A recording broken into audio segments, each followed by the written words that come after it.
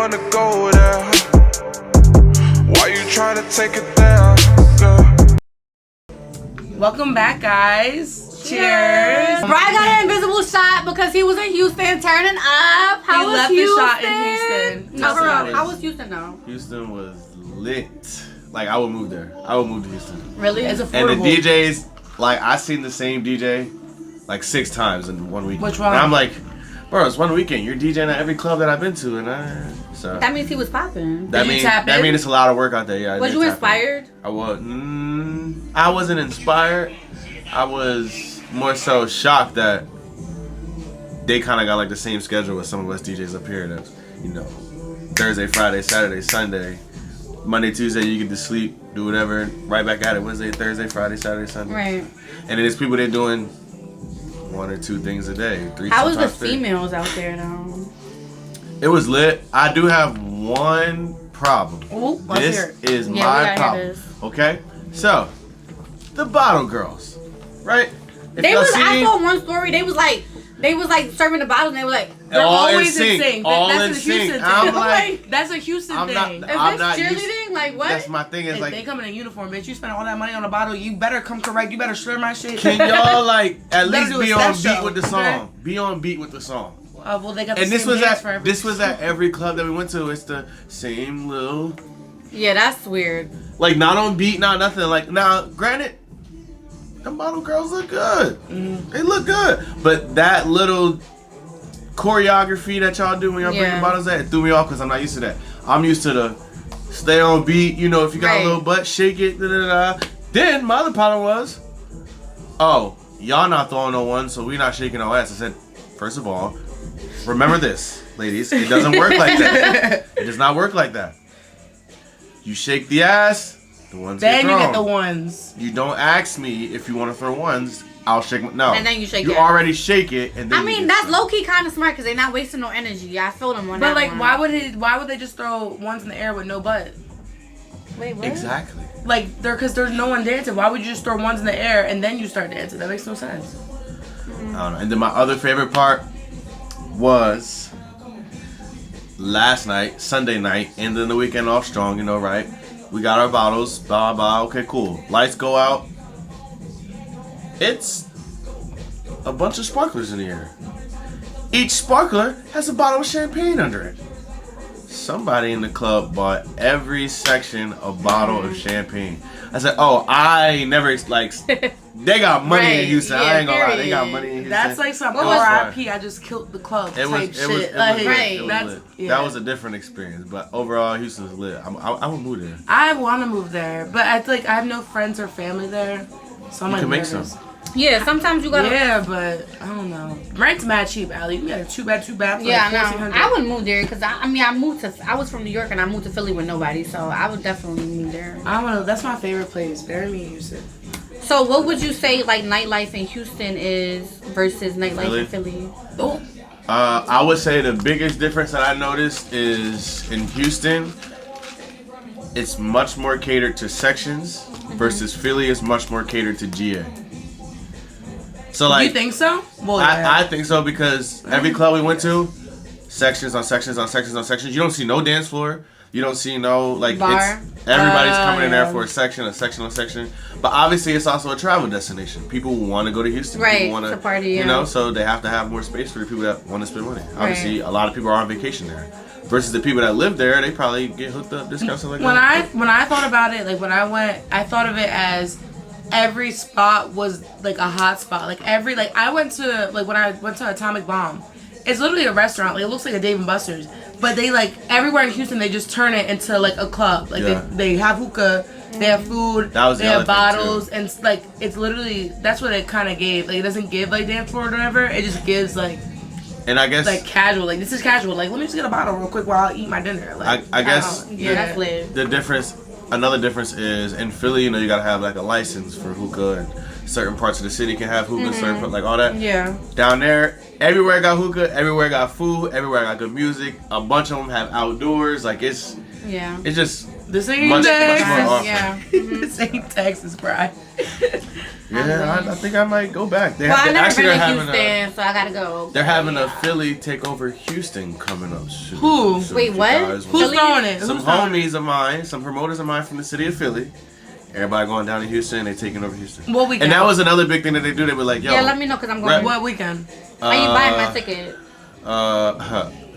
I filed bankruptcy after this weekend. So I ain't buying a damn thing. You broke it. We eating noodles this week. I don't go back to Sin City till Wednesday, so we eating noodles this week.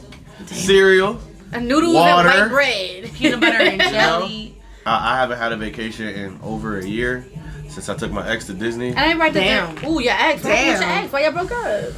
You really want to go there? Yeah. I want all the tea. Well, it kind of got to do with a topic that we wanted to talk about today, guys. So, Let's go. let's get into our first topic. Okay. Dating and nightlife. Okay, so tell us. So, it's probably very much so harder for me than it is for y'all. No, it's harder for I think it's us definitely than it harder is for us. you. Do not argue with me, bro. I'm Not argue only with me, bro. saying that because it is. It Not is. argue with me, bro. It is. It is. Okay, so I feel like my biggest thing is because becoming a DJ in the Philly nightlife scene, I started it with a girlfriend. So as I'm like learning everything and trying to figure out everything, I'm also teaching her like, hey, like I don't know why that girl was staring at me from across the club. I don't know why this girl just wanted to hug me and all she did was ask for a song. Right. But you know, I gotta figure out, okay, this is what happens here. Let me reassure my girlfriend that like this is like, yo, you're good. Like, Yeah. mind you, she was with me everywhere. Anywhere I DJ, she was in a DJ booth, or I got her a section with her friends. Okay. So it just became harder as you get bigger and you start making or meeting more people, and then it turned into, oh, why is this random girl coming to hug you in the club like that? She don't even work here. You know, I said no, she works in another club. Or like just stuff like that. Like you just start knowing more people and then hanging out with other people, and then it turns into, you've never hung out with this person before. Why are you hanging out with them? It's like, Right. But you also don't understand that like to grow out here, you gotta go network. Yeah. So yes, as a DJ, I may need to go out and go to this club that I've never been to before and figure out who I need to speak to start DJing here. Right. So like it's just kind of weighing balances. But you, as a DJ, you just gotta be DJs. Because I got some friends who are really in committed relationships, and then I know some hoes. So Wait, you know Like some- sidebar, I'll put it's- sidebar. I'm not gonna name drop, but there's this go. one DJ I know, and like You know all the DJs. oh, thank you. But like, no, so we're out, and I'm like, mind you, he's married. Oh, I know who you're talking about. I know exactly who you're talking about. You do not know who I'm talking do. about. You do not. You think I don't? I know you don't, because I don't even think you know this We'll person. talk about this later. And whatever. So when I saw him, I'm like, yo, where your wife at? Like, you know, because like we're cool. federal. And then he's like, Where nah, your wife like, at? nah, she not here. She not here. He had literally a lady, because she older than me. So she's a lady, not a bitch. So identical to what his wife looked like. Like his side bitch looked got just tight. like his wife. I'm like, yo, this is crazy work. I'm like, how? And you just being federal. I'm not. Snitching. I feel like the side girl definitely knows about the wife. There's no. So way. as a girl's girl, if you saw him with his side bitch, and I did. Would you? But would you go to his wife when you saw him with his wife and say, "Yo, he was with his side bitch"? How is that? I was thinking about that, but at the end of the day, I don't know the wife like that. Like I only know her casually, and B, when we was out, wife FaceTimed him, and like they was on the phone like da da da da. So I'm like, oh, so y'all just open like that, like Okay, they have. Yeah, it I was- was say you. Okay. It was just one of those, and I was like, wait, am I the only one uncomfortable here? Like this is Yeah. crazy. No, that goes on in this world. Yeah, in those cases, But you gotta yeah. mind your business. I feel you. Yeah. So that was my sidebar. The amount of attention that you get, the amount of unwanted attention that you get, you have to know how to deal with. Right. Two, I'm a personable person. Like I'm not gonna be rude to anybody. So yes, I may be friendly, or somebody gives me a hug, I'll give you a hug back. Like I'm not gonna. Right. I don't hate you because I don't know you. I'm not gonna be like, hey, no, you can't come here. I have a girlfriend. Blah, blah, blah. No, Yeah. I'm a personable person. And then B, it's just the assumption that because I play music, I'm a whore. I mean, I really hate it, and we to be fight honest, it I know you every- and you kind of are a whore, but Yo, that's crazy, Allie. Tell me how. Wait. Okay. Personal question. we ain't gonna On the get into it. baddie Richter scale, where's ex-girlfriend rating? Yeah. Like, I ain't gonna lie. she a baddie? Ex-girlfriend. She know she a 10 or? Ex-girlfriend. did everything I would expect from my girl. We kind of had the same schedule. She was a business owner too. She did tattoos. I DJ. We could see each other whatever the fuck we wanted because we made our own schedule. Right. Then we moved in and all the extra stuff, and like it was just perfect until it became like very hard to manage. So like, ain't no bad blood. I don't hate her. It's just. But you didn't rate her on the baddie Richter scale. The bad, like, all right. What are we rating? She bad. She a 10, all the way to. Oh yeah, she. Y'all kids. Look, I'm not gonna wife nobody that's not a 10 to me. So she was a 10 to me. Okay. Aw, that's cute. But we also had like history before I even became this cool person. We dated in like 2016, then we rekindled in like 2021. Oh, okay. So. Before my man now. Can we not be sentimental about my ex though? Like, I'm single as fuck right now. I feel like you about to cry. Are you in the industry? Do you date within the industry or outside of the industry? Let us know down low how you feel about dating in nightlife versus dating someone outside of nightlife. Is it easier for you? Is it harder for you? Let us know. Drop a comment right now. Before my boyfriend now, y'all, I'm not gonna lie, my type was like medium ugly to fucking horrendous. Oh, we learned. Like very you like ugly. threes. Really? Why? I don't know. I wasn't the baddie who I am today. So like before I dated people. Can we get a sidebar real quick? Yeah. What the fuck you got these glasses on? Because you you don't don't want to see my eyelashes eyes. was fucked up. No, not my eyelashes, my eyeballs. My allergies been kicking my ass You today. can't hear me right now? I can Can't hear breathe. you. Oh. Well, that's just because you've been traveling a lot. You off the plane and different. You ever sneeze 15 times in a row? Have you ever rubbed your eyeballs till they bleed? Alright, I'm Not about to litter. excuse myself. Why? I'm kidding. But yeah. Back on topic. So yeah. guys, Allie, how do you feel about dating nightlife? I know you're pretty new. What? Well, I'm new too, but Honestly, I feel like dating a nightlife has messed up my money. What? It has, because it's like, especially now, I feel like I'm in like a serious relationship, and I feel like I can't really like flirt with people and be Joe and be people's faces and stuff. So it's kind of starting to make me feel like it's messing up my money and like. I feel like you can. You just got to do it to an extent and know that line of respect. But sometimes niggas just don't get the line of respect. Yeah. That line gets really blurred, and then Yeah. you just You have gotta to know what you're getting yourself into. I've had comments Exactly. like, when I tell people like I got a man, I've had comments like, "Oh, you got a man? Why you break your hair?" And it's just like, my job. what? Right? It's like I can't make money. Like, you think I'm supposed to just live off a man? Like, I can't make my own money. Okay, so let me ask y'all this question: has working at a strip club hurt more of your dating life? Because for me, it definitely did. No, honestly, it's like, well, my dating life, I can't really say it's hurt my dating life, because it's like, I'm not, you know what I mean? I didn't turn into what most girls turn into in nightlife. Like, you know what I mean? I still, like, kept my morals and stuff like that. So I can't really say Gotcha. it hurt my dating life. Like, my regular life, like, my life overall, like, I feel like it's helped my overall life, and, like, it's helped me grow as a person, and, like, you know what I mean? Like, change, I don't know. Same. Not over here. Yeah. I don't know. Yeah, because but Carly, like, you started off like. I worked at a really- regular bar, but listen, Right. the tricks be everywhere. I used to have like not like a sugar daddy, but like just a Whoa, regular. wait, hold on. I just called him a sugar daddy because he was old, but But why did you call him a sugar daddy? Was he sending you money? he would not sending me money, but every time he would always, mind you, I worked at Bahama Breeze. Like it wasn't, I and it fucking wasn't. hate that place. Relax. I love That shit's Relax. nasty. No Bahama Breeze slander will be tolerated. That's my place. But no, I worked there for like 3 years, Brian. Like that, I bartended there before I bartended here. But no, it was like when I regular customer, he would always just tip me really well. One time, this one restaurant opened up like next door to Bahama Breeze. He bought every appetizer on the menu. He bought me, and it was me and my 2 other coworkers. Bought us all these drinks, alcohol. I went to work drunk as hell. Like I was shaking a drink flew out my hand. What? It was embarrassing. Okay, okay. But I say all that to say is that shit can happen anywhere. Like I literally was in Bahama Breeze. Shit is the same thing here. Like it can happen anywhere. So It just come with our line of work and exactly, what we like do we're for just a like in the industry. Like I feel like the industry, people like look for that escape anywhere. Like you know, people go to the bar to get a drink because they don't want to go home. But I 'Cause you do can feel go like home it's and shit. harder to date in this environment, like in nightlife, it's harder to date. Like, you know what I mean? Especially a strip club.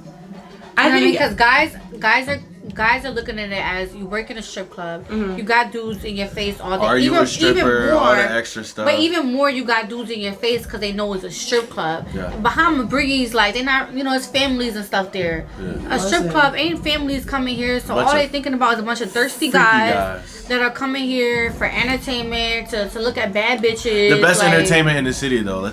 But definitely the best entertainment in the city. Like, I feel like I've gone to other strip clubs. I was like a strip club head for like a good 6 months. I was like on a. Oh no, yeah, I was on a strip club tour. She was on the strip club tour. So I was going to all the strip clubs in Philly. Listen, I went to all of them. But I feel like I always like came back here because like this is not only just because I work here. It's just like if you look at all the clubs in Philly, there's not a club like Sin City. Like there's not a club that's just like diverse. That's like. You know, like that has the aesthetics that this club has and stuff like that. Right.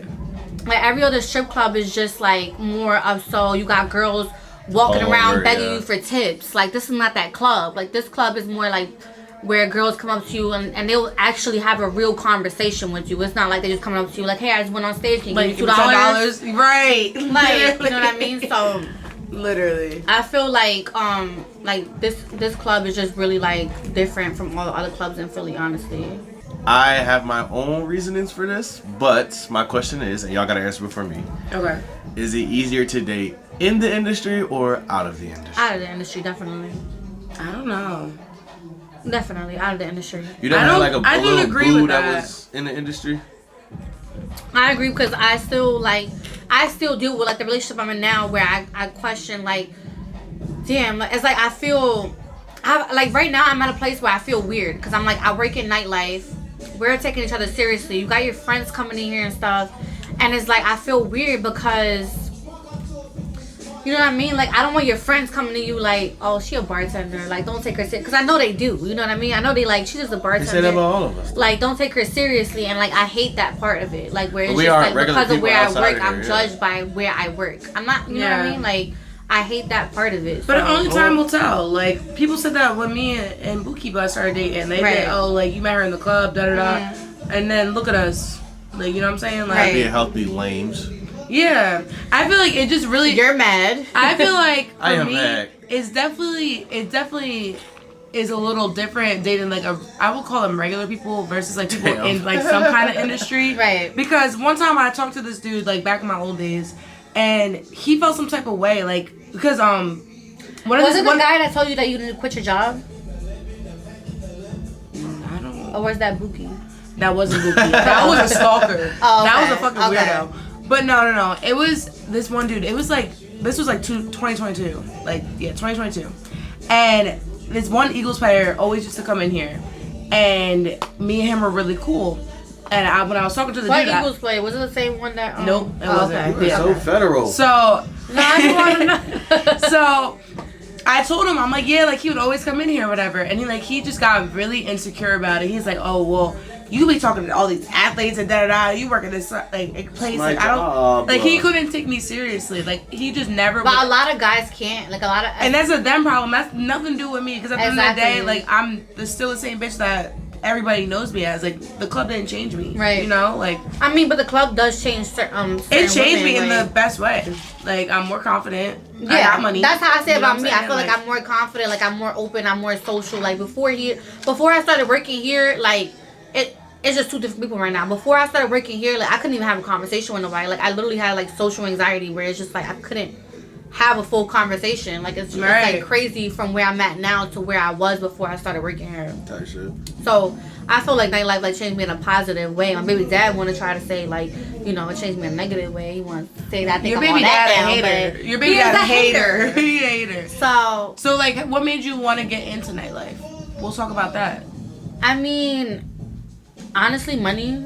Like I just wanted to make more money. Cash. Yeah, like I literally was working at a supermarket and I was just like, which one? It's in Willingboro, New Jersey, bro. You know. I know where that is. But I was working at a supermarket and I was like, I just want to make some extra money. Like I don't care if it's freaking $150 like extra. Like I need some extra money. So that's when I applied here. I got hired as the cash cage girl. And it was good. Honestly, I'm not even gonna lie. Cash Cage Girl was popping for me because I was making money in that cash cage. I was making a good like $300-$400. Like I've made like $300-$400 a night. Damn. It was good, and I was working two nights out of the week. I was making money. The only thing was like I started to get bored, and I started to see like the other positions, and I was like, dang, like I want to do something else. So like I decided to ask Frank. I was like, can I like bartend? Like, you know, like I bartended before, like in the past or whatever. He gave me a shot, and then I started bartending, and like I just fell in love with like bartending. And I fell in love. What I mostly fell in love with was the fact that like I started to open up as a person, and like I started to like be able to talk to people and like socialize with people. Right. Whereas like in the cash cage, I was still kind of stuck in that like antisocial thing where it was like I was still scary. Right. Because you were just by yourself. Right. Like, yeah. But then once I like really started to talk to people and stuff and socialize, like it kind of like changed my life for the better, because it's like now in the real world, like I was able to do that, which, you know, before I wasn't able to do that. Exactly. So I think nightlife is not always a bad thing. Like there are cons to it, but like there's also a lot of pros to it as well. No, You meet a lot of people. You know what I really want to hear from? I want to hear from the viewers, the followers. Like, what do y'all think about what the hell we talking about? Make sure to like, comment, and subscribe, but mostly comment so we can comment back because we're nosy. Thank you. So, Brad, what made you become a DJ? Tell us your story. Well, this dates back to middle school. I used to sneak, and it's crazy because I'll bring it back to full circle, but I used to sneak and get on my stepdad's DJ equipment that was in the basement. And I was like 12, 13, and he caught me one time, and he was mad, but he was like, you get your act together, I'll buy you your own controller. So I was a bad kid in middle school, so I had to go move to Atlanta. And when I moved to Atlanta, yeah, I had to go live with my dad in Atlanta. That's how I got a lot of Atlanta ties. So when you move somewhere new, you don't know nobody. Ain't nobody getting in trouble with. So I was just coming home, playing video games, and DJing in my room. Was you a loser? No, I was never a loser. I was still cool in school. I played sports and stuff like that. But What sports? basketball. Okay. But yeah, so I got my act together. He bought me my first controller, and then I started doing like recording myself in my room just DJing, and then it started getting a lot of like likes and shit like that. Like, You posted where? On YouTube? No, this was Facebook days. Oh, period. Come on, Facebook. Facebook and Twitter days. Back when Twitter was. I feel like Facebook for old people now. Like I don't know, I be on. Yeah, Facebook. I only get on there to keep up with my family. So Yeah. then, it was 10th grade year. And I went to homecoming, and the DJ that was there, I was like, fuck it, I'm gonna just go up to him and tell him I'm a DJ. Went up to him, told him I was a DJ, he gave me his business card. I swear to God, the next Monday, I had computer class first. I sent him an email, because he was like, yo, if I'd have known you were here, I'd have let you DJ. Right. I sent him an email, and he was like, I'll give you a trial gig and see how you do. And it was a fucking Christian Academy's homecoming. I'm like, what am I supposed to play, bro? Like, I'm done. I don't know, but I did that, and then from that point forward through all the way graduating high school, I was DJing every weekend, bringing home like $300-$400. Period. And then how old were you? I was in high school. Oh. And then You had money. So time flies by. 2016 now. I want to move back home. I miss my mom. I miss my family in Delaware. I moved back, and then I became like the resident DJ at Sky Zone. Sky Zone got a DJ? Yep, every Friday and Saturday night. They would turn out the lights and we would do the glow in the dark jump on. What did you play? Bunch of stuff for kids, like music, like it's Like a party. Cocomelon songs? No. Let's Like, do the veggie dance. I'm gonna play that on Wednesday. That's Gracie's corner. I'm crying, but no, yeah, it went from there, and then I had a friend who was already a DJ in the nightlife out here because he went to Drexel. So he was like, bro, come to Philly, like follow me around for a week, like I'll show you everything. Follow him around for a week, and then I would just start by opening for him because he had gigs on gigs. He needs somebody to play here until he get here, blah blah. Right. So I started as the opening DJ, and then places started to really like how I played, and then I'll never forget we did this one big huge event at Vesper, and on a Sunday, and it was like 8 DJs, and I was like, bro, I'm gonna do something different. And I played R&B music instead of what everybody else is playing, and the whole club singing it, everybody going crazy. So that's kind of how I made like a name for myself in Philly, because then everybody's like, oh, he an R&B DJ, and then people start seeing like, oh no, he's not just a R&B DJ. So how did you start working here? Like, what got you put on here? So I got put on here, word of mouth. You know, going to that club, networking. I don't know if you guys remember Cherry. Yeah. Oh, the dancer. No, the manager. Well, like the VIP host. I wasn't here for that. Yeah, Cherry was she VIP quit host. at that time because she thought she was about to do better. Cherry also was a VIP manager over at Playroom. Yeah, I know. And I played Playroom a lot. He was like, bro, you gotta come over to Sin City. Like, they'll love you there. Like, you'll love it there. I came here one time. He was like, bro, come here. I'm gonna introduce you to everybody you need to introduce to. And then that's how I met Brian Taylor. But me and Brian Taylor go back to Gardendale days because I used to play there too. What like, Brian know about Gardendale? No, Brian Taylor. Brian used to run Gardendale. I did not know that. Yeah. Oh. So he was like, "Oh, Brian, I know who you are. Let me introduce you to the owner." And then I had the conversation with the owner, and third. And then I waited like a month for them to call me back and be like, "All right, this is what we're gonna do." Da da da. So that's kind of how I got here. Word of mouth. Shout out to motherfucking Cherry, man. And you was the best decision for Sin City because and now my life has changed it. because Sin City is the #1 motherfucking place to go and enjoy your time with the best music, the best girls, and especially when we behind the bar. Period. Right. It's life changing. Honestly, I can't like Sin City really do got the baddest bitches in Philly. I'm not gonna lie. Oh, I'm not gonna lie. Like I've worked at many other strip clubs in the city. Definitely the baddest. It's much better here. Yes. Other places, like you said, are like aggressive. Yes. Like they didn't even know I was the DJ. You're asking me to tip you, and right. I'm working here with you. I'm cracking up. So some places are aggressive. It's like some panhandling at other clubs. They literally panhandling. They literally walking around like, can I get a tip? Can I get a tip? Can I get a tip? Bro, one time me and Allie went to this other strip club, and everybody there was like 40 plus. Like I was the about workers, to say the name. Let me not say I'm not name dropping. The dancers, the bartenders, the front door girl, everybody was 40 plus. But we did go on like a Monday, so I don't know if that's how much money y'all be throwing. We didn't throw money. I know fucking old bitches. No, when we go to those, no, actually, I'm not gonna lie. I threw money at an old bitch one time because she was on stage twerking. So I had to throw her some money because I felt bad. But what you feel bad for? It's weird because at those clubs they like ball up the money and throw it. Like $1 bill at the time. I would be so irked. You know what I've learned? So you only gotta take out like $20, but still, it's still annoying if you're going there because you want to like eat some food, get a drink. Like you see here, you could actually come here and just enjoy your time and have a drink. Like you don't have to like do the money right. You don't have to do all that, but those clubs, it's like it's like mandatory. You know what I mean? Like you could be sitting there enjoying your steak, and a girl's gonna come up to you like, I just went on stage. Can I get $1? Like, can you tip me? Yeah. Like this club is like completely different from those clubs. Like I hate those clubs honestly. That's why I always come here. I like that this is like known, so people even travel to come here and hang out. And then like high end people will be here. Like you never know who you might see coming here. So it's like certain instances like that is like some of the best parts. Right. Not for real. Well, guys, that was just a little bit to get to know us a little bit more without the dancers, without the members. Right. So, thanks for joining us. Thanks for our little chit chat, our little talky talk. How about y'all come see us at work? Yeah. Period. Me and I don't know what your schedule is. I don't have a schedule, so just come and maybe I'll be there. Well, I work Friday, Saturday, Sunday. Sunday is Sunday fun day, so come through. Sunday, Wednesday, Friday. And thanks for joining us. Another episode of Life at Night. Bye. See you later. Bye.